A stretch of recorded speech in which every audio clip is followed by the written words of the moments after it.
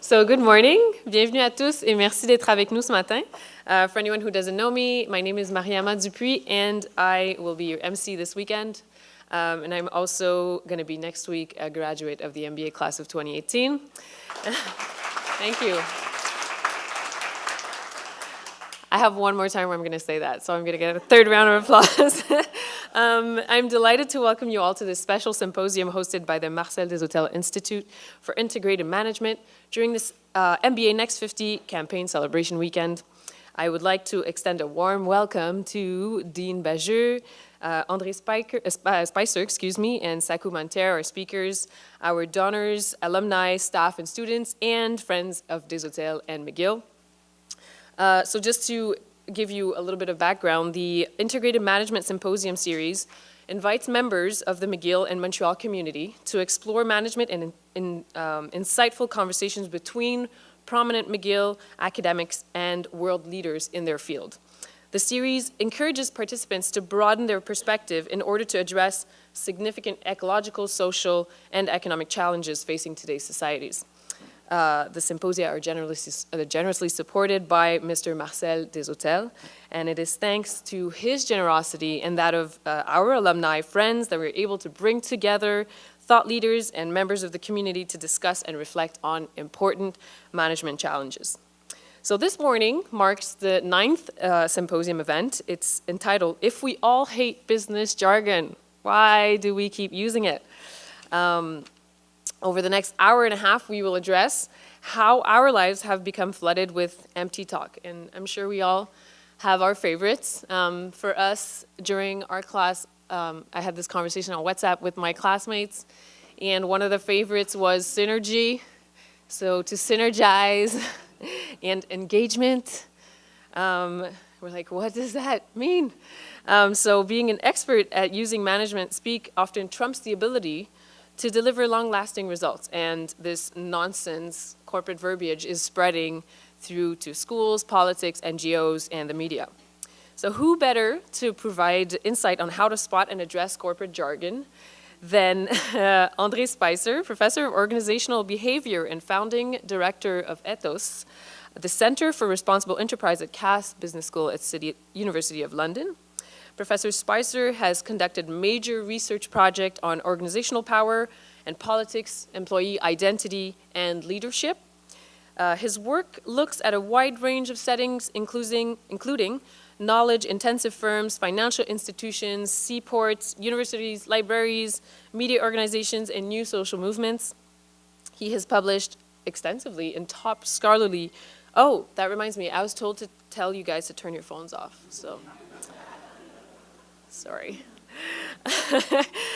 So in top scholarly and business journals is a frequent commentator in global media, including the Financial Times, the Washington Post, BBC, the Wall Street Journals, and many others. Professor Spicer has also published 6 books, and these titles are great. Contesting the Corporation, Unmasking the Entrepreneur, Understanding Organizations, Metaphors We Lead By, The Wellness Syndrome, and most recently, Business Bullshit, which addresses this morning's topic head on. Love that title. So Professor Spicer was educated at the University of Otago in New Zealand and holds a PhD from the University of Melbourne. We are very grateful to him for taking the time to be with us this morning. We're also very excited to welcome our second guest, Saku Mantere, Associate Professor of Strategy and Organization and Director of the Marcel Desautels Institute for Integrated Management. Professor Mantere's research focuses on strategic organizations with a particular interest in strategic change, middle management, and organizational communication.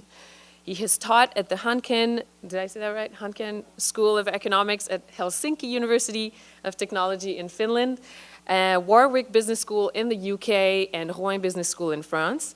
Professor Mantere holds a PhD in industrial engineering and management from his native Finland, and he has received several awards for his teaching and research, most recently for his co-authorship of the best published paper in organization theory. So thank you, Professor Mantere, for facilitating this morning's discussion, and without further ado, please join me in welcoming our 2 speakers.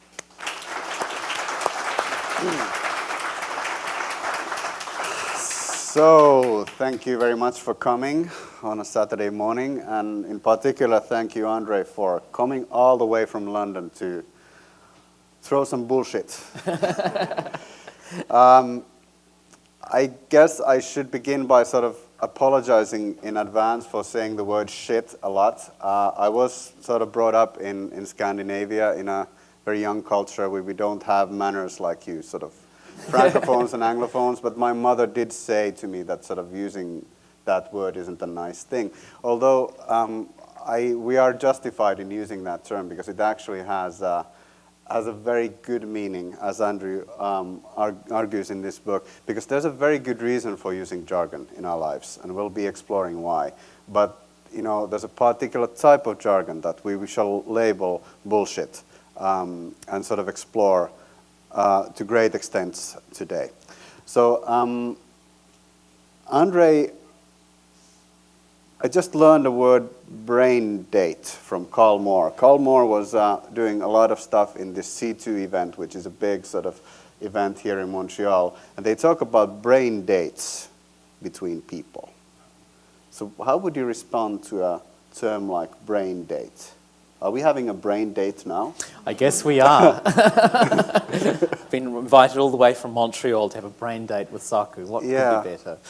So that's, you know, it's remarkable how we come up with these new terms that sort of, when I think of a brain date, I'm thinking of neurosurgery. That's sort of somebody drilling open my skull and looking at my brain and has a date with my brain.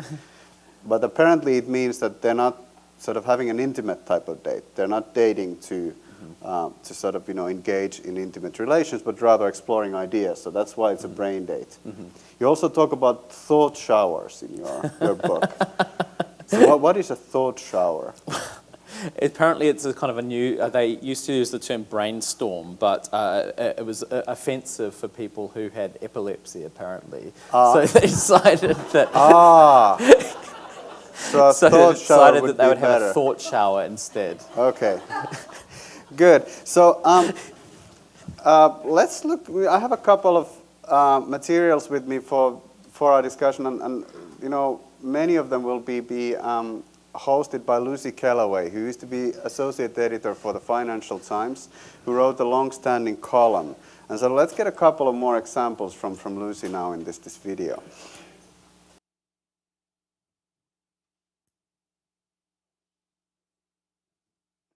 For the last quarter of a century on the FT, I've been writing articles that take the piss out of the way that managers talk. Someone asked me the other day how much effect I thought I'd had. The honest answer to this is that I've had no effect at all. While I've been writing these articles, things have gone on and on getting worse. I've just done a little bit of digging in the archive, and the first example that I can find of me writing one of these pieces was back in 1994. And I wrote something saying that things had got so bad, that the way that managers spoke was so ugly, that there would have to be a correction, things would have to start getting better. But what were the words back then that I really objected to? Well, they were global, downsize, and marketplace. And even more than that, I objected to the way that people talked about being 110% committed to something, you know, hating the mathematical nonsense of it all. Well, what an innocent time that now seems, when things have truly got so much worse. I mean, the other day, I was sent something written by an entrepreneur in his blog where he declared he was 1,000,000% committed. So that really is inflation for you. Okay, so business bullshit. So jargon, I suppose, is any type of language that we see from the outside. You know, somebody who doesn't know a speciality and hears somebody who's a specialist talk, you know, we hear a lot of jargon. And here's some examples. Say in the surgery room, where's the defibrillator? I can't even pronounce defibrillator. Behind you, electrodes are checked. We had an asystole in reaction to laryngoscopy. We treated it with atropine and 30 seconds of heart massage. I'll intubate once we've finished. We'll call for an OR nurse. Put him in the prone position afterwards. And you see the sort of the source there. So, that's jargon, certainly. It's language that's alien to us. Another example, tangible capital assets. Capital assets owned by the board are being depreciated on a systematic basis over their estimated useful lives. And the provision for depreciation was calculated on a basis consistent with that of the previous date. And so on, you can read the rest there. So both of these are jargon, examples of jargon from the outside, but they're not bullshit, are they?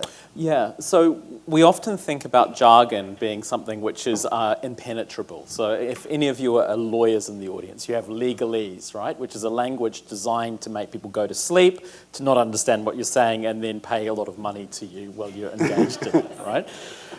But most of the time, legalese and this kind of jargon has a purpose. It's referring to something. It's technical language which actually refers to things which exist in the world. Right. Whereas if you begin talking about, and this I'm quoting here from an email, well-known email called the Hey There email from Nokia, which was, I think, dozens, like 2,000 or 3,000 words long. When you're talking about a digital lifestyle experience or a strategic envelope or something like this, you don't quite know what that actually is, right? Yeah. And you read through, and much corporate life is full of these things like issue scanning, inboxing, ideation. You have ridiculous job titles, my favorite being the Innovation Sherpa.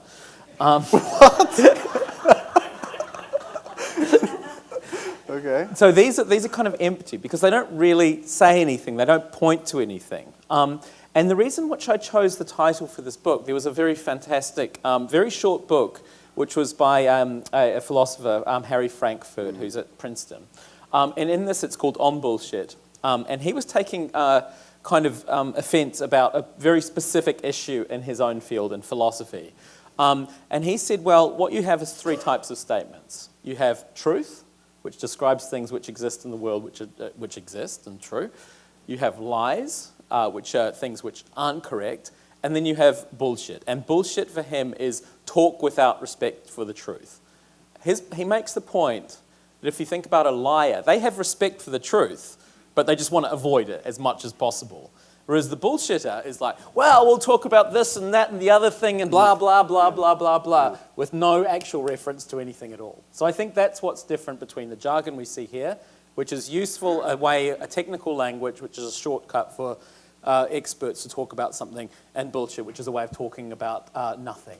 So even though I might have difficulties, pronouncing the term amygdala, so if I have a brain date with a neurosurgeon, I'm kind of happy that he would know what that would actually point to. Indeed. He's gonna be, but so it's jargon, but it's not bullshit.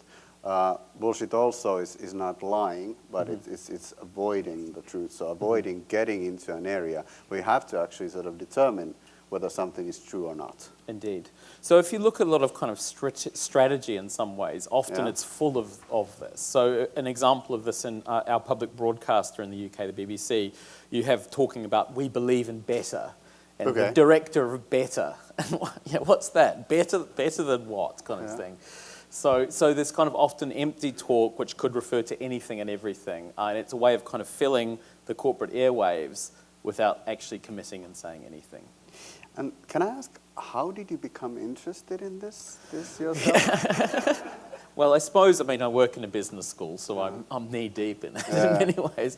But the real moment I became interested in this is we were doing a big research project looking at kind of culture change in banks following the LIBOR scandal and all of these various kinds of scandals.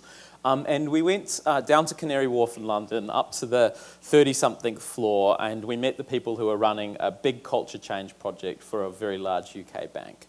And myself and my colleague, Jean-Pascal, who you know, sat down and began listening. And first, the head of culture or something begins talking, blah, blah, blah, blah, blah, blah, blah, 20 minutes later. Then the other person takes over and begins talking, blah, blah, blah, blah, blah, for 20 more minutes. Great, this has been a fantastic meeting. We're shown to the lifts and sent down. And then I walk out and say, well, that was really impressive. And then I take away the tape recorder which I had and listen back to it. And I realized they spoke for 40 minutes and did not say anything at all. So how is this that people can talk for 40 minutes and say absolutely nothing? And that's when I then began to realize, okay, we have something. And I realized that I have this experience constantly when I go and talk with business people or listen to something. Even in my own committee meetings, you can take a 2-hour meeting and nothing is said. And it struck me that this is one of the things, aside from emails, that people hate the most about their working day, is empty meetings where nothing is achieved and a lot is said, but nothing really of substance. Yeah. And it seems that this is kind of a process that's escalating. That, if you listen to Lucy talk, it seems that, the language is getting more and more bloated in some ways. So when I began doing research on this, I started to try and look for the roots of it, go back in history. And one of the first kind of, real times when business bullshit begins to take over, I think was in Pacific Bell in about 1984. They moved from being a sleepy public utility to kind of privatized enterprise. And what they did was bring in some consultants in order to change the culture. And they brought in a consultant whose name was Charles Crone. And he was inspired by a Russian mystic by the name of George Gurdjieff. And he wanted to then implement this new, there we go, business bullshit, implement this new kind of culture, which was around, using all of this language like envisioning ideal states and blah, blah, blah, blah, blah. And it got implemented, they put it in place and they wanted to train every single person working in Pacific Bell for this. And they got through training about 40,000 people of, the 90,000 or whatever who were working at Pac Bell. And it became a statewide scandal. So people were saying things to the journalists like, when an outsider turns up to our meetings, they can't understand anything that's being talked about. Or what used to take 1 hour now takes 4 hours to do. Oh. And the California legislature actually had a big inquiry into this, and they decided to stop it happening, right? So it was a scandal. Now if you look at the language which was used at Pac Bell, it's commonplace. Everyone uses it. So that in some ways then it's taken over. The other thing which was interesting is that there was a young computer programmer working at Pac Bell at the time whose name who basically wrote the Dilbert cartoons. Right. So we see two kind of effects of this. One, on the other hand, they gave us this language. On the other hand, it's kind of produced the mockery of it at the same time. Yeah, so my favorite Dilbert, I suppose everybody has one, is that where the pointy-head manager sort of gives a speech and says that it's a new reality. If you don't like it, you can leave. Yeah. All right. So, but let's explore the reasons for it. So, why is it? So, we can all agree that it's kind of funny. It's frustrating. It's a problem, I suppose. But sort of why is it that we see so much of it? So, let's hear from Lucy first. So it's not only that things have got worse in aggregate. Some of the particular managers who I've singled out over the years have gone on and on getting worse despite my taunts. Now, nobody has provided me with more column fodder over the years than Howard Schultz at Starbucks. But his latest was this. He described Starbucks roasteries as delivering an immersive, ultra-premium, coffee-forward experience. So in one short phrase, the only okay word was Anne. But I don't actually think this means that my entire life's work has been a failure. Okay, the people who talk bullshit will go on doing that because it doesn't do them any harm. And this is the most depressing thing. Howard Schultz has done perfectly nicely, more than perfectly nicely in talking this way. He's changed the whole way that half the world drinks, slurping out of those awful cups with the plastic lids. And he's amassed a fortune of about $3 billion, so it clearly hasn't hurt him. But the good I think I have done is to those few of us who don't talk this way. And we like to mock the people who do. So I think to them, I've delivered, as they would say, quite a service. Then again, Lucy Calloway, she's an inner city London school teacher now. So she resigned as associate editor of the Financial Times and perhaps gave up. I don't know what happened with her. So why is it that we see so much of it. So it clearly needs to serve a purpose, Yeah. this type of language. So why is it? Why? Well, I think there's a range of reasons why. I think one of the reasons is the rise of what an anthropologist in London called David Graeber calls bullshit jobs. These bullshit jobs, he defines, are jobs which the person doing does not think should exist. The Right? innovation Sherpa, for instance? Yeah. Okay. And the interesting thing is you assume that there's lots of people who think that their job is important, everyone thinks their job is important. Not the case. They did a survey a few summers ago in the UK asking a simple question. Would society be better off if your job did not exist? 42% of UK men said yes to that statement. So there's a lot of people who essentially believe their job has no purpose, shouldn't really be there, and they need to fill it with something, right? And often it becomes kind of a fountain for this kind of business bullshit in some ways. Okay. The second bit, I think, is image creation. So we live in an economy now where the US economy, according to a recent estimate, is 30% of the US economy is about persuasion, right? So it's about creating fluff and image and so forth. Where you need to, basically a central part of what the economy does is image creation, talk, empty talk often, which is completely dissociated from the actual things which are being sold. So this morning when I woke up, there was an advert for grass seed or something like this on television. And it was like as if this guy's life was going to change by planting some grass seed, basically. And I thought about the amount that went into making this grass seed commercial compared to the other things which might be done with the resources. So image creation is an important bit. The third bit is simply being polite, right? So I'm sure some of you in the audience have been to one of these awful team building kind of events where you've been required to do some kind of crazy stuff. I've been forced to go to a team building event where we had to draw our own personal mandala, and then we had to communicate with people. But we had to introduce ourselves, but not verbally. But we had to introduce ourselves using dance moves. And I knew this was BS, but I also didn't want to seem like an a-hole, right? Okay. So I went along with it. And then when I walked out, one of my cynical British colleagues said to me, "That was just so much bullshit." And I said, "Yeah." But I didn't speak up about it at the time. Okay. And I should have perhaps felt, what would I say, kind of glad that it wasn't. Then I looked into this, and there's more extreme examples of this. So I've met a woman sometime whose business card said, her tagline was, "You can lead people, but can you lead a horse?" Or I've met people who, apparently there was an Australian company who would take people away on team building activities, and they'd have to dress up as characters from Scooby-Doo, right? So there's this sense that people go along with it because they want to be polite, and we naturally want to be polite. So those things are all fine, right? Yeah, those are sort of pretty benevolent sounding. Yeah. But there's kind of more dangerous aspects, I think. One of the most dangerous aspects really is around bureaucracy, right? Okay.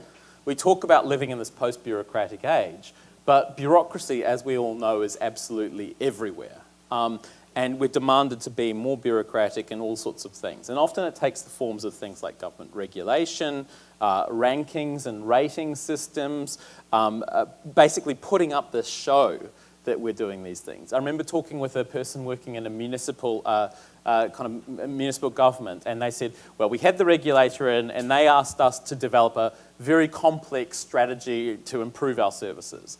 And we said, okay, so what did you do? Well, we came up with a list of 10 action points and lots of evidence around it.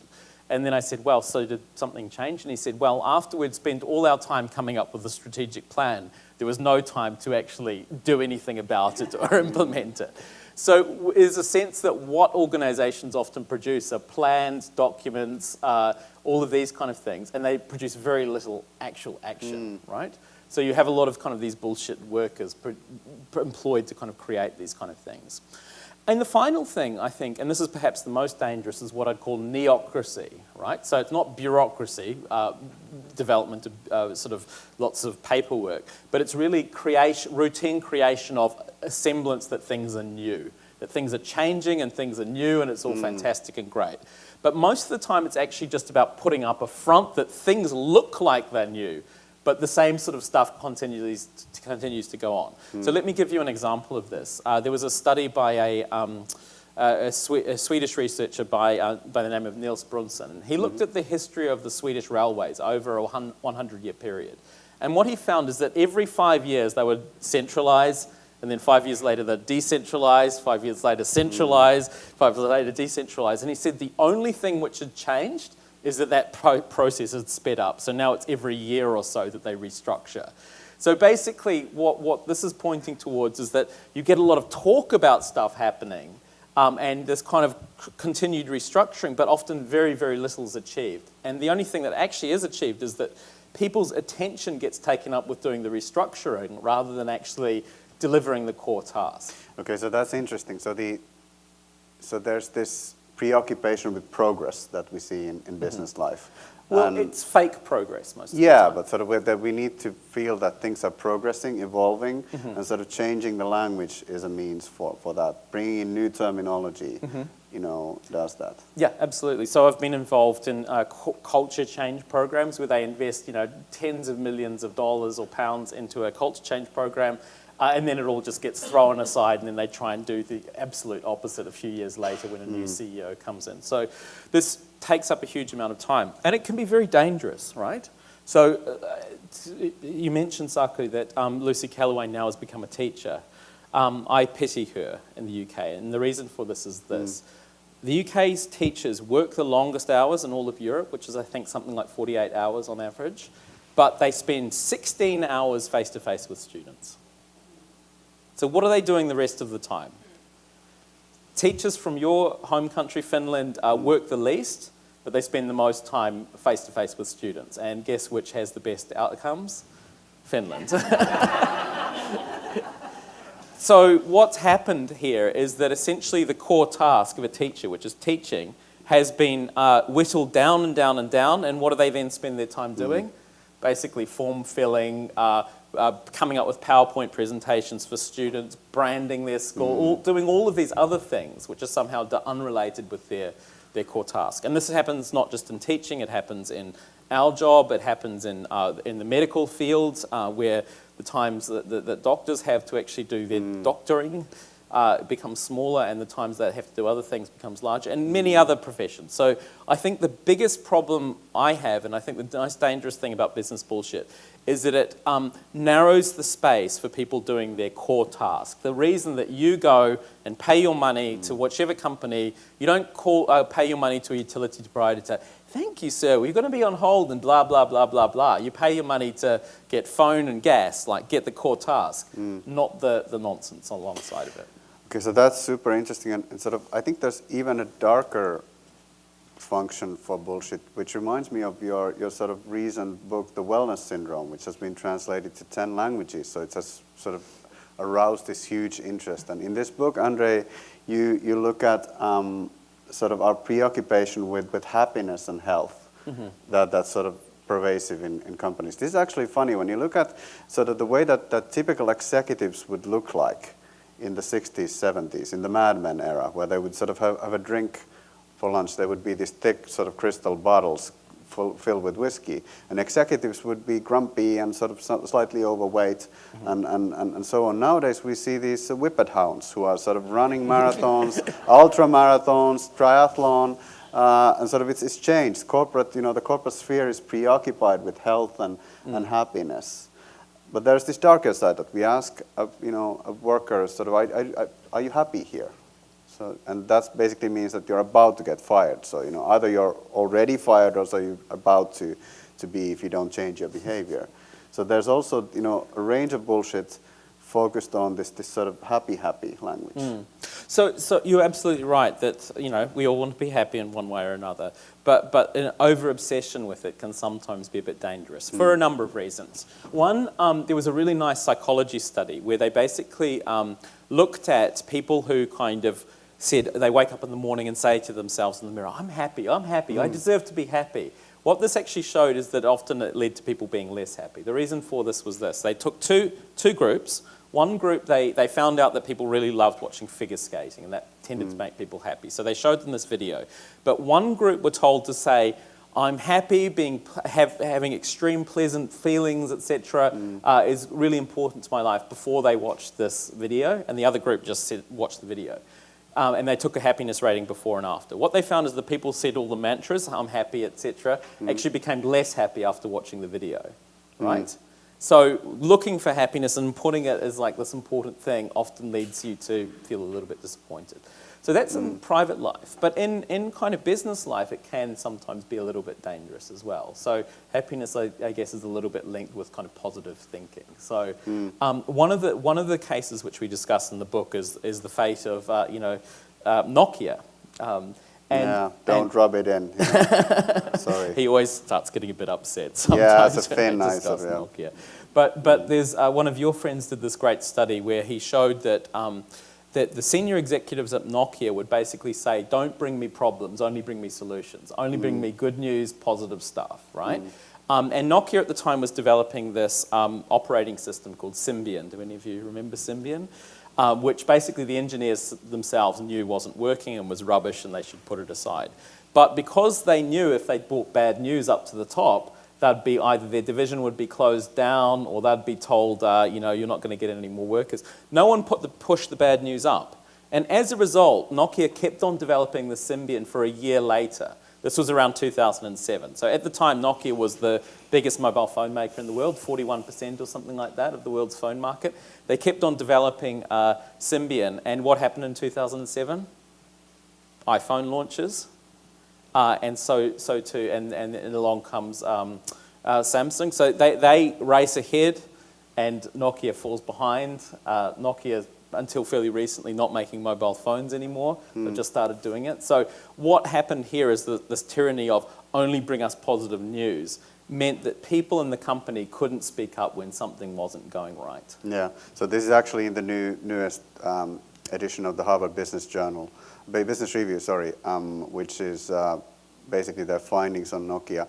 I think, and sort of it's really striking, the notion that really the core of strategy quality can be harmed by sort of a bullshitting discussion culture. So if you don't have discussion norms that allow people to sort of get past that, it can really harm the quality of the core decisions. Yeah. I suppose another aspect is work well-being.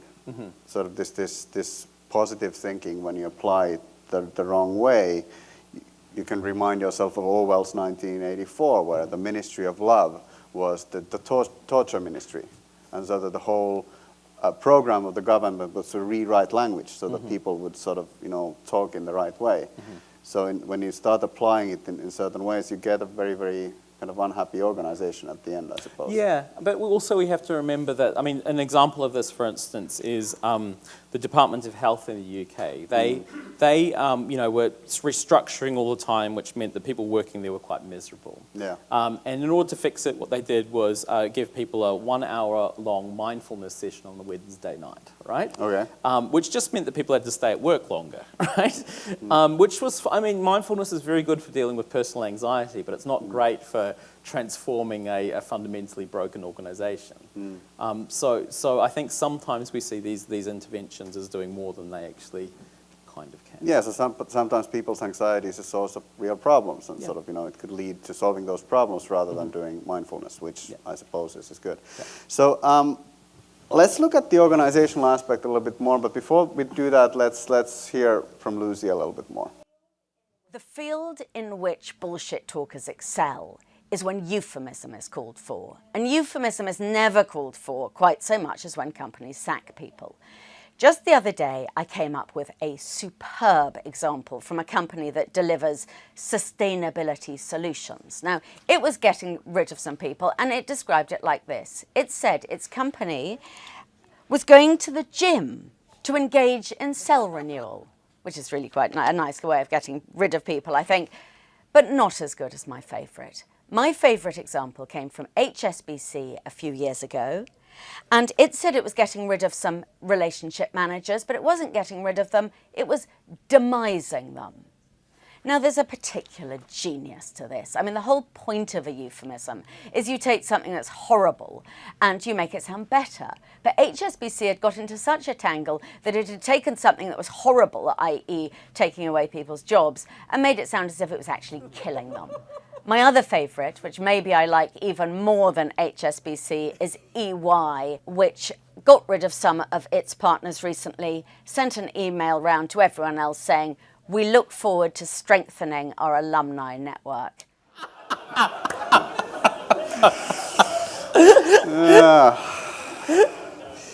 So, now we're both organizational theorists.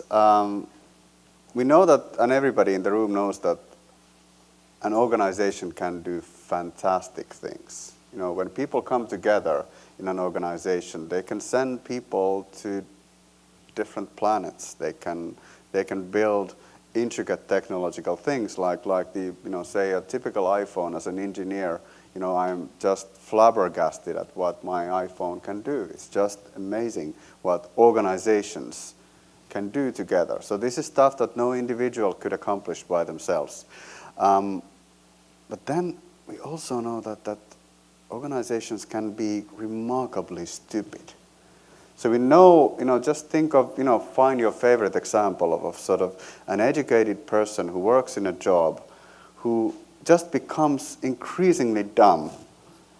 I'm thinking of Canadian immigration for some reason, I don't know why, but sort of, you know, these are highly trained people, and sort of, you know, my interactions with them has sometimes been sort of, you know, has almost brought me to tears. So what is organizational stupidity? That's one of André's brilliant ideas, that we shouldn't be looking at organizational knowledge, the brilliant stuff, but really organizational stupidity. Yeah. So why do organizations make us so dumb sometimes? Well, we spent some time studying these kind of so-called knowledge-intensive firms, you know, consultancies, investment banks, law firms, etc.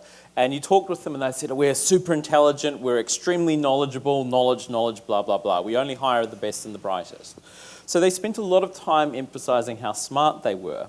But when you actually got the people who worked them to the side, maybe took them for a beer after work, they would often say, "You know, what I do is pretty stupid most of the time. It's pretty useless. I polish up PowerPoint decks, I fetch people coffee, I turn up in a nice suit, and I talk a lot of nonsense, which means nothing.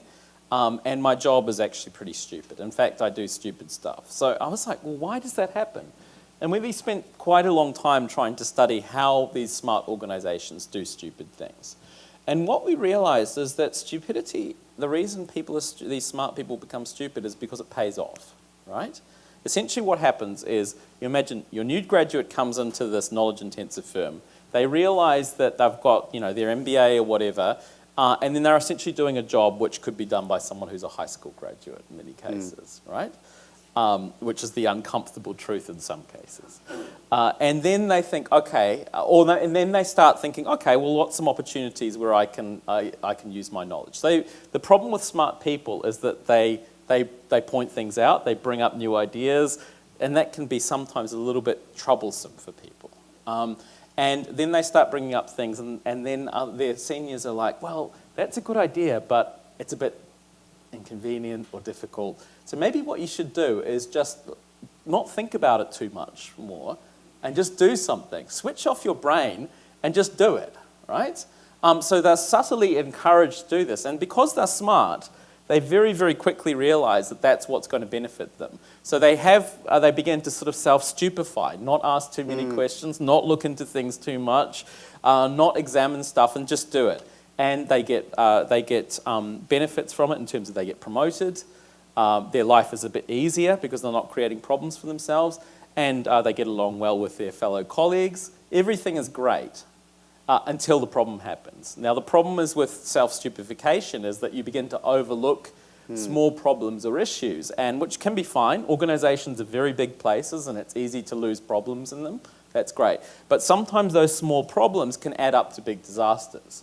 So an example of this we saw during, say, the financial crisis, where if you talk with people about many of these complex financial products, is even the people who developed them didn't understand how they worked, right? So then that gave rise to some serious problems, which kind of, you know, nearly bankrupted many countries across the world, and certainly nearly bankrupted many banks. So I think there's some significant dangers which can happen with this kind of self-stupefaction and organizational stupidity. Okay, so there's all this preoccupation with talent these days. I think sort of any company with sort of any self-respect is focused on getting the best talent and developing, retaining, and then maybe demising that talent.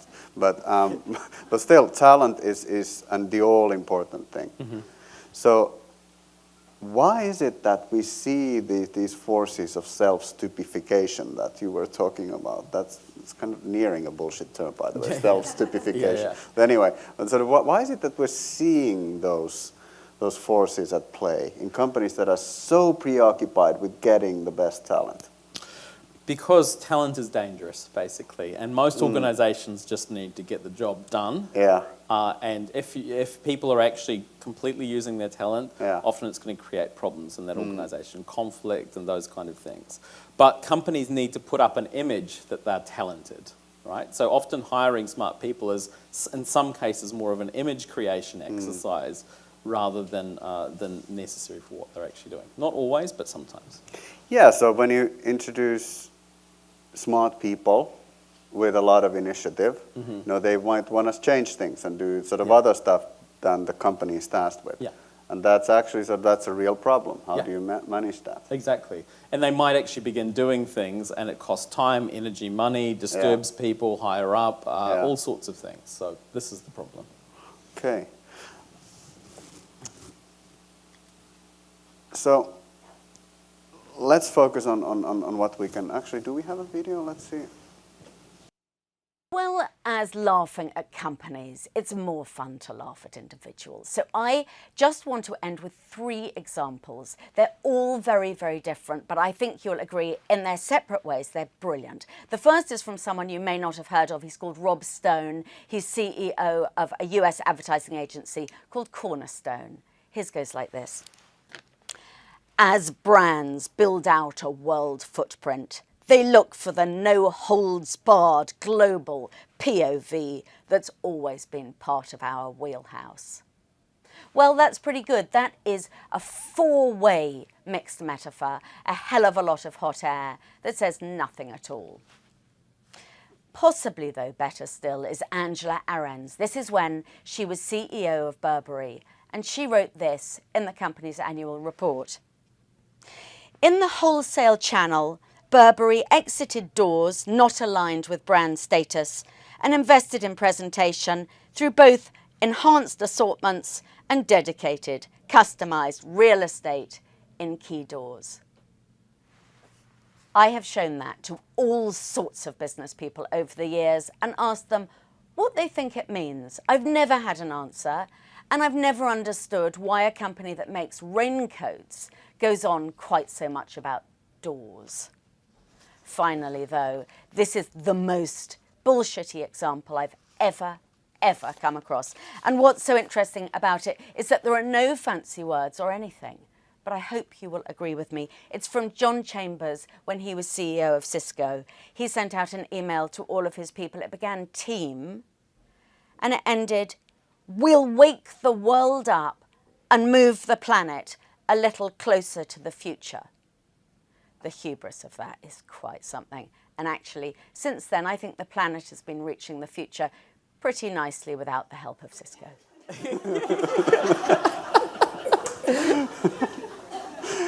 Okay, so let's get a bit more positive. So, André, in your book, you talk, you give a lot of good ideas on how we can manage in a way that doesn't perpetuate the bullshit culture. So, what are the ideas that you have? So there are many organisations which are concerned with cutting the bullshit in different kinds of ways. And what can we do? So there's one Australian firm called Atlassian. It's a kind of a software development firm, and one of their core values is no bullshit, right? My question is whether that just leads to a little bit more bullshit as well. So there's some firms that value this no bullshit culture. Some people can just make fun of it, right? So you can easily download on your iPhone now, if you'd like, a bullshit bingo card, which you can take to your next business meeting and tick things off, right? Or you can make use of bullshit strategically. So in 1944, at the end of World War II, the CIA dropped across Europe something called the Field Sabotage Manual, and it gave advice to people across Europe how to sabotage the kind of Nazi machine from the inside. And one of the pieces of advice in this was increase the amount of jargon you use, increase administrative procedures, make sure that meetings last as long as possible, appoint people, send information up and down again, all of these kind of things. And you look, this is almost exactly the kind of recipe for bullshit. So bullshit could be potentially used to bring down an organization. So that's how, those are kind of the sort of funny sides of it. But I think that there's sort of ways we could actually kind of intervene and make a more serious attempt to cut it out. And I think there's a really simple thing which anyone can do who's a manager or in a team. And it's simply, when you're talking about something, apply these kind of 3 tests. The truth test, what's the evidence about this? What do we actually know about it? Are you actually talking about something concrete? Remarkably, in many walks of life, we very rarely say, what do we actually know? What's the evidence? Right, so we go back to the definition of bullshit. So, is this something that we could demonstrate or explore empirically? Could we get data on what you're claiming? Yeah. And there's lots of evidence out there, which, business schools like this create high quality evidence about things, about corporate decision making. It's very rarely kind of consultant. So that's the first point. The second thing is the logic test. Does this actually make sense? There was a really great psychological study done, which was, it worked like this. It got people into the room and said to them, how much do you know about toilets, right? And most people would think, well, I use them every day, so I know 9 out of 10, right? Until you go to Japan, right? So then you don't know anything about them. Yeah. But then they asked, okay, describe to me as much detail how a toilet actually works. And then people begin scratching their head and they're not sure about it, and then they try and describe it, how it works. And then you ask them again, how much do you know about toilets? And they'll tend to say 4 out of 10, right? Think about the same kind of example. You want to introduce a new IT system. How much do you know about the IT system? Well, I know lots about the IT system. Tell me how it works. Well, not really sure. And then people are more likely then to listen to experts, to take into account how it actually works and think about the logic. So thinking about how it actually works is the second point. And the final thing is it meaningful? Does this actually mean something to other people? So test out meaning against other people. So I think those are some simple tests people could apply. But also we need to kind of address the structural aspects, I think. So I think one thing we could do is looking at the bullshit aspects in our own jobs. All of us have these bits where we're doing some work and we know this is utterly pointless. Sometimes we have to do it, but sometimes we actually have some freedom to just say no, right? All of the work on personal productivity suggests that what you need to do is to look at what you're doing in your life, ask the question, what's the pointless stuff which you're doing, which is probably checking email, surfing social media, attending meetings where you know that there's no point, and just refuse. Say, if there's no decision being made in this meeting, I'm not turning up, right? Or if something, there's some space where you can actually do this. Get rid of corporate escapism. I think corporations create a lot of ways of actually escaping from the real problems. What do you mean by that? That's an interesting term. Well, if you've got a problem, you often go on a extremely long strategic retreat or something like this, go horse riding rather than actually dealing with the problem, right? And the final thing is asking yourself, what's your core task? What are you here to do? If you're a teacher, you're not here to fill in forms and engage in branding exercises and stuff. You're there to teach students. If you're a medic, you're there to treat patients. If you're an academic like us, you're here to teach people, do some research and help the institution run a little bit. So asking what's that core task? And then the final thing, I think, is giving organizations a little bit of space for people to speak up. So when things are not necessarily going right, allowing people to be able to sort of say, hey, I don't know, or this isn't going not so well, even if they don't necessarily have a solution, I think.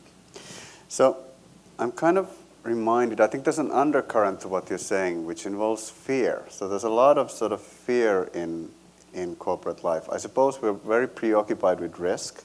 So that's one of the reasons why teachers fill out those forms, because there's a bureaucrat somewhere who is liable for some or the other aspect, of the youth, which often are sort of real life concerns. But they're trying to manage their risk by sort of putting in place procedures that then actually bog down the organization and sort of end up in all this bullshit. So what they're not just trying to manage risk, but they're trying to make it seem like they're managing risk, right? So create the structure where it apparently seems like you're doing something, right? Rather than actually doing it.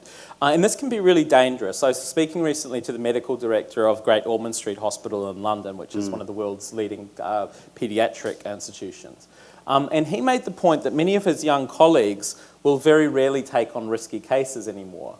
And one of the reasons for that is that they're just worried about the negative impact it's going to have potentially on their career. So the result is that risky cases just don't get picked up anymore. Yeah, I'm reminded by our good friend and colleague Henry Mintzberg, who recently actually did have an open heart bypass. And he, after that, he's often given the example that he would like to get a doctor who's sort of, who's killed a lot of people, rather than the doctor who sort of has a perfect success rate, for the reason that sort of, the doctor who has a perfect success rate, does not take any complex cases. Yeah. So he wants one who actually sort of is willing to sort of to face really difficult cases. So it's actually funny, it's right to the point of what you're saying. Yeah. Yeah. Okay, so let's kind of do some navel gazing towards the end. So piled higher and deeper, there's a joke about the academic life, the question, what does BSc mean? Bullshit. What does MSc mean? More shit. And what does PhD mean? Piled higher and deeper, as you see there.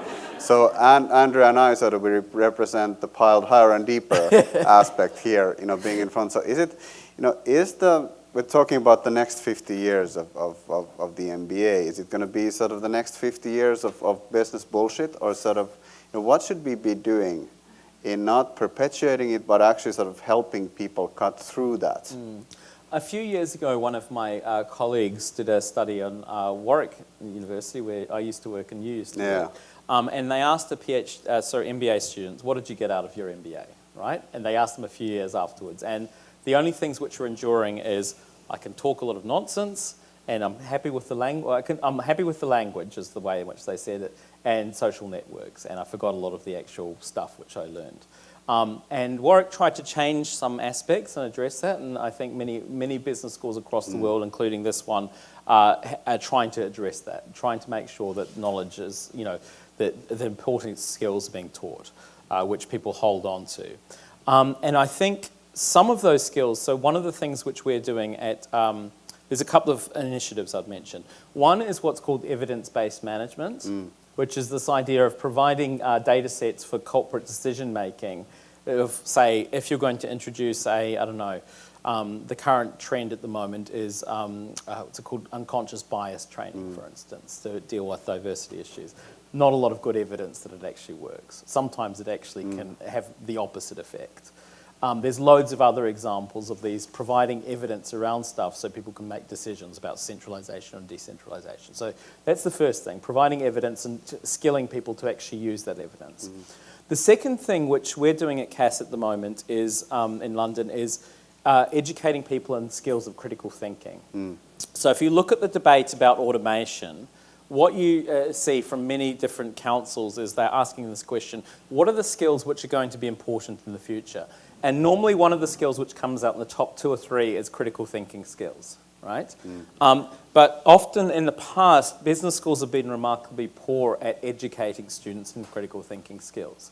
So I think actually building that centrally into the curriculum is an important part of it. And then the third thing I think which McGill does a great job on is this integrative thinking. I think bringing things together rather than leaving things in kind of silos. So I think those are some things which business schools can do to be a kind of force against this kind of BS and against stupidity in organizations. Yeah, and one could perhaps see that it's a very fortunate thing that sort of this big data, the preoccupation with data and evidence that's happening, and that's a big range of interest, because teaching people to deal with data actually teaches them to deal with evidence and to reason as well. Exactly. Yeah. Exactly. So I think in corporate life, I think being able to deal with data, deal with evidence, and think in critical ways can actually help to increase the quality of our decision making and hopefully increase the quality of our organisations more generally. So, the future of the MBA. So, what is it that the managers of the future, or the leaders of the future, so that the critical thinkers, they're sort of good with evidence. They know the necessary technological terminology, so they still need to know the hardcore terms as doctors. So, am I missing something? I think they're also willing to work out what their core job is, right? And focus on it and disregard a lot of the additional nonsense. And that's an important part of kind of the sort of self-management and self-leadership. Yeah, so also at the Institute, we've been talking a lot about purpose recently, sort of, discovering a sense of sort of purpose that actually helps you sort of cut through all that fluff that you're faced with, all the noise. Exactly. All right. So I guess we are more or less ready for questions, unless you want to... No. So have you covered all the ground that you wanted to cover? Yeah, absolutely. Okay, so let's now open the floor for questions. We have, I believe, 2 microphones in both sides of the room. So if you just raise your hand, we have microphones moving. So the floor is yours. Yes, sir. Hi, I found it very interesting, academia casting, making fun of business. Actually, some of what Lucy Kellaway was making fun of, actually, I could appreciate where those businessmen were coming from. I kind of knew the concepts they were getting from them. And I look at lingo, almost every organization has this lingo. So I think it's a reflection of the culture of the organization. Yeah. And, at least on the business side, I think there was some meaning or intent behind it. If you ask a politician a question, to me that's totally meaningless in terms of any response you get from them. Yeah. But right now, I'm from Ontario, and the biggest problem we have right now is in academia. We have Dr. Jordan Peterson, who refuses to use certain pronouns for the sexes. And actually, it turns out to be where you have total prohibition from even expressing some opinions. So maybe just talk about the lingo and academia side of things, because it seems like that's even a bigger problem than what we have in the business world. Yeah, no, you're absolutely right to point towards these problems that we have in academia. And I think I would not just say in terms of the pronoun, political correctness, all that sort of stuff, but I think there's also this issue around the kind of sucking into very narrow technical issues which are completely disconnected from what the interests of the broader public are. There's a really kind of depressing statistic that the average scientific paper, which is written, which can take years to write, is read by 7 people. And in our field, I think the average paper, some American institutions did a calculation recently, for publishing certain journals can cost up to $100,000 in terms of actual time and effort. So 7 people, $100,000, that's not a very good equation. But people are beginning to ask questions about how do we address this? How do we make sure that our ideas have broader implications and reach out more broadly? And I think actually McGill, I would say, is in some ways leading the way on that. You have some scholars here who have been really great in taking their ideas out to the broader public in many ways.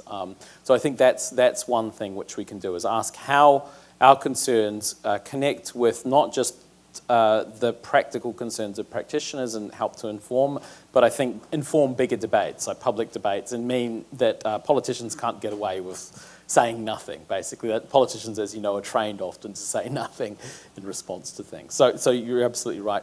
And the second thing is the importance of universities being a space of free speech, right, which they've traditionally been, and ensuring that that's the case, where different ideas can engage in not brutal conflict, but productive conflict. And I think that's a really important point, right? Yeah, and I suppose, just to go back to where the word academic use of the word bullshit came from, it was a philosopher, Harry Frankfurt from Princeton, who was, preoccupied with the amount of bullshit that he saw in his own discipline. Exactly. In the scientific writing. So we're certainly culpable. Yeah. ourselves in that respect. Great question. Who would like to go next?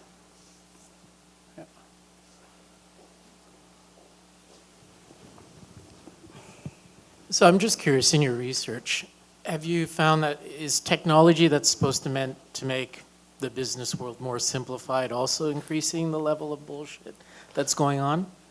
Increasing or decreasing? Increasing. Yeah, most of the time there's a lot of bullshit around technology, basically. Yeah, because I didn't want to lead the question, but for example, in our case, we use Salesforce. We've got management who doesn't know what Salesforce is meant to be used for. Yeah. Endless meetings. People they feel if I talk more during the meetings, then I'm going to look better in my use of Salesforce and things Absolutely, yeah. So that you're absolutely right. So technology, I think, has potentially increased. It has the potential to decrease it, but often it has the effect of increasing it, and for a few reasons. It makes it easier to distribute it. It's complex, people don't understand how it works, so when you don't understand how something works, what does a politician do? As he pointed out, begin talking and talking a lot until the problem goes away. And the third thing is that often technology itself, people would rather talk a lot about it rather than actually use it sometimes. So there's lots of research which tends to show that simply announcing you're going to implement a new system will get you a bump in share price, but actually implementing it, that's where the problems come, right? And so sometimes you just want to announce you're going to do something rather than actually do it. Yeah. There's 2 questions in the row and 2 more here. All right. I mean, just the final point as we're going around, I think actually, with technology, it could potentially, I mean, I've always thought about a really great kind of software system someone should come up with is just a simple thing that goes through your emails and spots bullshit words in your email and then suggests, like gives it a brown bar rating or something like this and suggests, yeah, exactly, bullshit check. Yeah. And tells, so if anyone wants to work on that, I think it's a great idea. Right, so there were 2 questions here. Let's start with those. And then. Yeah. But in the startup world, you see quote-unquote unicorn hunters looking for a rock star with a scrappy attitude and the ability to wear many hats. Yeah. So I wanted to know what your thoughts are on the new, I guess, business bullshit being introduced in the startup world. Yeah, this is a great question. So one of the parts in the book we discuss startup BS, basically, startup syndrome. So often the language of startups is more about actually speaking and seeming like you're cool rather than actually doing stuff. And I think the point which we make, one of my colleagues, Ruben van Verven, who works at CAS, was studying some new startups. And what he noticed, he followed them over some periods of time. And you had some startups who spent all of their time polishing their PowerPoint deck, talking the lingo, going to all these meetings and da-da-da-da.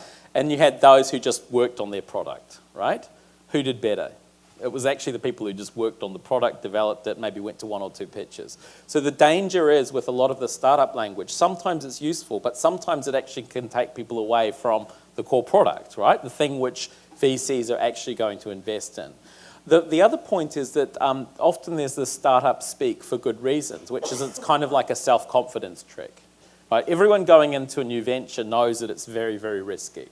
Right? But we psychologically have this kind of self-serving bias. So if I ask everyone in the room here, are you above or below average in this room in terms of intelligence or beauty or whatever, most of us will say that we're above average in this room in terms of intelligence, beauty, or whatever you want. We all think that we're above average, right? It's the same thing with entrepreneurs. They have to think that they're above average in order to start this venture and to go in it. And so startup speak can potentially become this kind of self-confidence trick that people play on themselves. By talking a lot about it, it will help them to venture forward.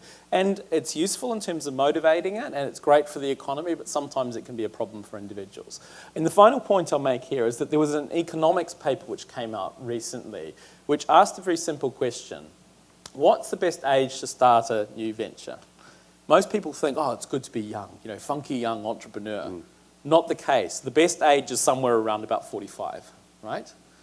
So by giving people all of this talk and language about startups and this importance of startups being young entrepreneurs, is actually sending a lot of our young people off for failure. They might learn about it, but that might be good for them in the short term, but we might be setting people up for fail. Maybe the best advice is go and learn on someone else's dime for a while and then start your firm, right? So I think there's sometimes a little bit of a danger around startup speak. Okay, I guess we had questions at this end next. Yeah. Which one to go? Hi, I wanted to pick up on the point that David Harquail raised a little bit earlier. And one of my preoccupation is what is happening on campus, where groups will forbid other groups to speak their mind. And that, to me, a university should be a place of debate where expressions and thoughts should be done in a civil way, but at points and counterpoints. And more that's not being allowed. And David, you mentioned this fellow Pedersen, who has created a lot of angst on campuses, particularly amongst the LGBT community. What can universities do to encourage this exchange of ideas rather than becoming so polarized that it's dying? Yes, I suppose that's a part of the question that deals with sort of political correctness. So if we are sort of very, very preoccupied with the type of language that's used, if we begin to police language, you know, in a certain way, then there's sort of people become immobilized. They're not, you know, they're too afraid to even speak up, I suppose. Yeah, so you're absolutely right about this. There's been this whole movement in the UK of no platforming, where people aren't able to speak, and often the pressure is not put on from faculty, it's often put on from students, right?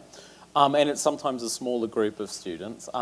And I think there's this sense of fear, right? Fear from one side and fear from the other of actually being able to engage in meaningful debate. So I think that there's actually a space here around kind of, there's a question about political polarization as the first point, and all of the evidence in the US that I don't know about Canada basically makes the point that people become increasingly politically polarized, and through this polarization people aren't able to listen to each other's views. So I think that universities can do something about at least getting people from different views to try and discuss with each other or find that there's common ground. Often, actually, when I was talking with some students here about how do you take your ideas from academia out to a broader public, one of the points I was making is that if you want to address someone from a different political persuasion or whatever from you, you need to understand what their values are, right? So, for instance, if you're a leftist trying to talk with a conservative, you might put more you might frame your argument in terms of a family or individual freedom or something like this, or authority. But if you're someone from the right, maybe talking with someone from the left, you need to understand what their values are. Because basically, when we process an argument, we process it through our values first, and then we hear the argument, right? So we need to begin to give some space to different values, like have some training around understanding how do we understand and engage with other people's values so we can then make the rational argument. I think that's a really important thing. So you know, what we're paid to do as academics is teach. So it all, I suppose, all begins in the classroom. So is the classroom a safe space for people to really encounter each other? Yeah. I mean, one example is at CAS, I teach a course on corporate social responsibility, which basically teaches a business ethics course. And I'll have to have people from very, very different political persuasions engaging in debate about contentious moral issues. And the important thing is allowing people to engage in that debate where they can actually listen and hear what each other is saying, and providing them with the tools and techniques to be able to engage in this public debate. Because I think business schools, and I mean, you strongly believe this, business schools aren't just training business people, they're training citizens and leaders for a broader society. And that's one of the central things that we should be able to train people in, is being able to engage in meaningful public debate and understand other people's values and where they're coming from, and being able to respectfully disagree with people or respectfully engage in some debate. So I think this is a really important thing. Okay. And there was also a question here. I'd like to put a plug in for entrepreneurship as the biggest force of change. And one of the things I'm glad to see about the MBA at McGill that I've heard about quite last night is more and more is being put on entrepreneurship. I got my MBA in 1980, so that's 38 years ago, so wow. I've been around, okay? And I strongly believe that when you start working, when you graduate, you kind of have to learn the system. So you have to go work for an established company. And that's where you'll see a lot of the bullshit, but at the same time, the positive side is you'll get to see how organizations work, how well managed, how poorly managed, and you get a sense of that. But eventually, I would encourage the MBA graduates to become entrepreneurs, and go out on your own. And I know it's very tough, and a lot of the bullshit that you're talking about, I think, happens because people stay in jobs that they become dumbed down. Yeah. Don't allow yourselves to be dumbed down. Yeah. But I'd like to ask you, what do you think about all this? I'm a great believer. I worked for a good part of about half my career for corporations, then decided to strike out on my own and try to make my own. It hasn't been easy, but I think I'm a much happier person and I use less bullshit. Yeah. But I'd like to see what your thoughts are on that. You're right. One of the major drivers for why people start up a firm is there's a couple. One is something about lifestyle choice. The second thing is that they see an opportunity. But the third thing is that they get fed up. They get fed up with the kind of nonsense which they have to do in corporate life, which they've learned from, but then they become fed up with that and they hope that they're able to do something differently, which in some cases they are. They are genuinely able to build better organisations than the ones which they'd worked in. So which is not just good for the individual, but it's also then good for the entire economy and society. So you have this kind of evolution, hopefully. So I think it's a great point. Thank you.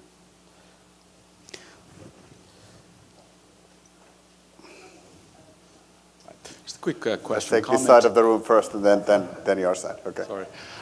It ties back to the entrepreneurial versus large corporations. Intuitively, one would think that larger corporations, as they become more and more politically engaged, they hire more people, they pay more taxes, they create departments, for communication, and therefore they engage in BS. Is this your thought as well? Because you see a bit coming from the entrepreneurial side, from the small business, maybe trying to mimic. And my question is there an opportunity maybe to work with large communications departments at large corporations to deal with these disease of, using lingo that doesn't mean anything, putting spin on? Absolutely, absolutely. So I think a lot of both for their own, I think for three reasons. You're absolutely right. Number one, I think that they'll then be able to attract people to work in them if they offer them a slightly less bullshit kind of work life, right? The second thing is that it probably is going to actually build public trust. So we have one of our visiting profs at CAS is a guy who used to be the CEO of a European CEO of Edelman, so the PR firm. And his point is that if you want to build trust from a company wants to build trust, you need to be a little bit truthful sometimes with people. Sometimes it's hard. You can't do that, but it's important. So he gives this example of he was contacted by one of his clients following the Rana Plaza disaster. So in Bangladesh, the factory collapsed. It was a clothing manufacturer. The first thing that the person was asking was, how do we get the media not to focus attention on this and blah, blah, blah. And he said to them, you just need to say what you're actually going to do, right? Say that people died, this was bad, and this is what we're going to do, which often companies remarkably don't do that, sometimes for good reasons, but just being a little bit truthful sometimes. You can't tell all the truth, fair enough, but just being a little bit truthful. So that's going to build your public, help to build public reputation. Because, we might not like hearing stuff, but we're more likely to trust an organisation if it's told something like the truth in the longer term. I think the third thing is that it then there's a great opportunity of actually getting people doing something productive rather than producing all of this nonsense, which they're actually producing nothing, right, by sitting in these long meetings all day long, but actually producing the stuff which the organisation gets paid for, right, and helping them to do that. I think there's a huge opportunity there. So thanks for the question. Right. I'm going to give you the mic next because your hand's been up forever. But it's curious to me that the discussions about political correctness and the discussions about bullshit in corporations, that we're not talking about leadership, because leadership creates the culture, and bullshit happens when the context, the strategic context doesn't make it down to wherever the bullshit's happening, and those people are going to make a safe place for themselves.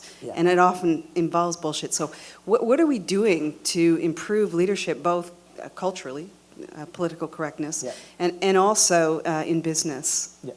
It's a great question. I think that there's two things which I'd point out. Number one, there's an importance of leadership being able to actually call bullshit, right? and say bullshit when they see it rather than leaving it aside. So the leader can potentially be a bullshit caller. The other thing is that leaders are always forced to say, well, I know what the solution is, this is how. Sometimes they actually need to be able to allow us to say, well, I'm not sure, but maybe you can figure it out, or we don't know this is the case, or deliver bad news sometimes. Well, if this is what we're trying to do, this is inhibiting us. Yeah. Tell us how we can get there. Yeah, exactly. So I think that those points. And then leadership education, I think. Sometimes it can be remarkably, actually take people away from dealing with real leadership issues, right? So there was a great book which came out recently by Jeff Pfeffer at Stanford called Leadership BS. And he makes the point that the US corporations spend a couple of billion each year on leadership development, and it's very difficult sometimes to actually quantify what comes out of all of that. So asking what actually works, because remarkably we have very little evidence base around what a lot of these leadership interventions do. So using leadership interventions where there's some evidence around this works or not, I think, is a really important point. So let's go back to those 3 criteria that you gave. So, the first one was sort of, is there any, what were they? Truth, logic, meaningfulness. Okay, so, if a leader actually has a practice of asking these types of questions, we do know that organizational members always sort of tend to mimic what the leader does. Yeah. So if the leader is giving an example of asking those types of questions, I think that's pretty powerful as well as a leadership strategy. So do we have evidence? Is this evidence sound? Do I understand what's going on? So what's being argued? Yeah. Yes. So I have 2 quick questions for you. The first one being, what do you think about behavioral interviews? And the second one is, do you think a company like Amazon, where you can't have a presentation with PowerPoint and you have to write everything like a memo, is that a better option or is it a worse option? That's a good question.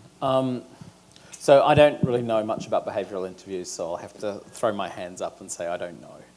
So, but I guess just thinking a little bit more about that, I guess what you're trying to get at here is that you're actually looking for evidence. When have you done this, or what's happened before? Is that correct? Yeah, it's more like trying to examine people's character traits, as opposed to trying to understand if they're qualified for the job or not.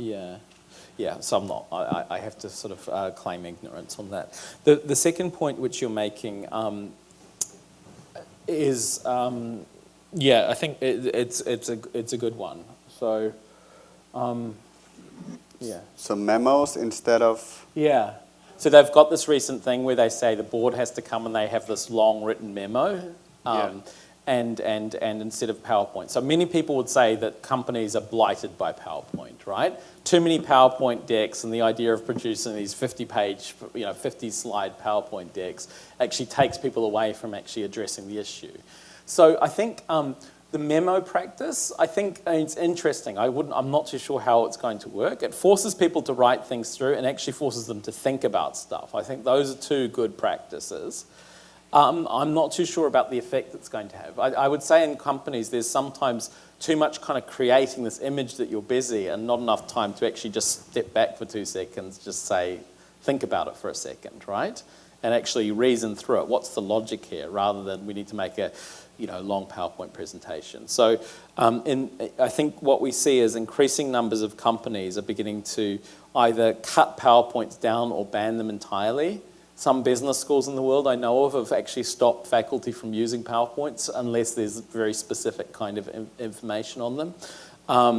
And also kind of banning, or sort of forcing people to use email more judiciously. So, for instance, is it VW, I think, when they go away on vacation, they come back and their emails sent during the vacation are instantly deleted. And the employees are enforced not to, when they're at home, not checking their email devices. So, forcing them to do it in very specific slots. And I think that's a great way to release a lot of potential productivity, basically. Cut back the PowerPoints, focus the emails.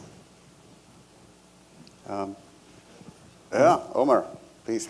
So you talked about all these terms, and there are some terms as a student as well that I've heard, multi-systemic or multidimensional or holistic approach or bigger picture, all these terms, they're so ingrained in students, in education, and in the business world. do you think that, is there a way to complement it with, for example, visual aids that will make these jargons continue, but also explain what they actually mean? You know, in economics, there's a very important concept of trickle-down effect, which makes complete sense if you read it from economics perspective. But if you have an image or a visual aid, does that help? So this is an interesting question. If you think about the way in which business education works, it's largely about talk numbers, right? But if you look at many other forms of education, they sort of use other things like materials and things like this. So recently I've been doing some work with people in an architecture school in London and seeing how architecture is taught in a very, very different kind of way.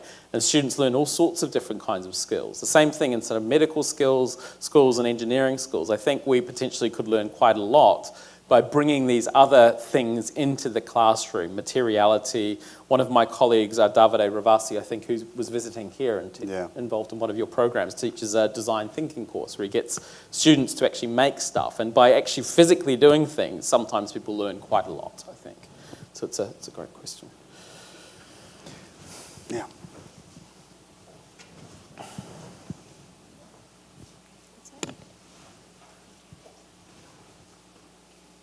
Good morning. So we learned in organizational behavior courses, you know, dealing or doing business with different cultures. Let's say if you deal with Japanese people, there was a certain etiquette, or South Americans. Having just come back from the Middle East for 10 years, you know, conducting business is pretty much similar in terms of the lingo and the BS and all of that. So the question is, does this become a considered effort by business or from business schools to change this or transform it, or it's going to be a corporate-led endeavor? Because people who use different language sometimes feel isolated or they're outside of the box. Even with, let's say, resumes, people put keywords, etc. So there's a system that's been put in place. And if, you know, one or two people are outside that, there's a certain discomfort. And unfortunately, people, whether they like it or not, they follow that system. So it's like the chicken and the egg. Where does it come? Is it a few business schools who push it, or is it corporate? Yeah, so I think that we need an anti-bullshit movement, right?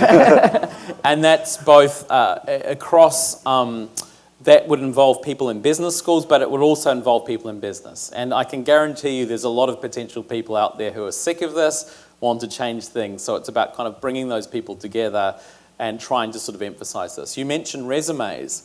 In the book, I talk about misleading CVs. You know, if you really want to see some bullshit, you go and look at people's CVs sometimes.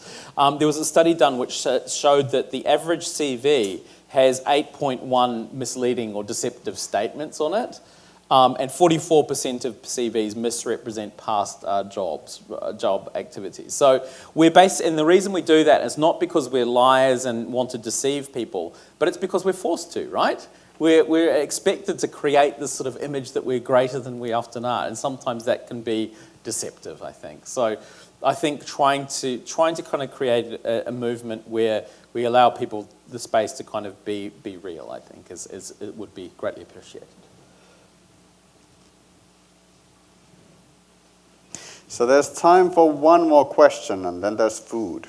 So who would like to get the last question?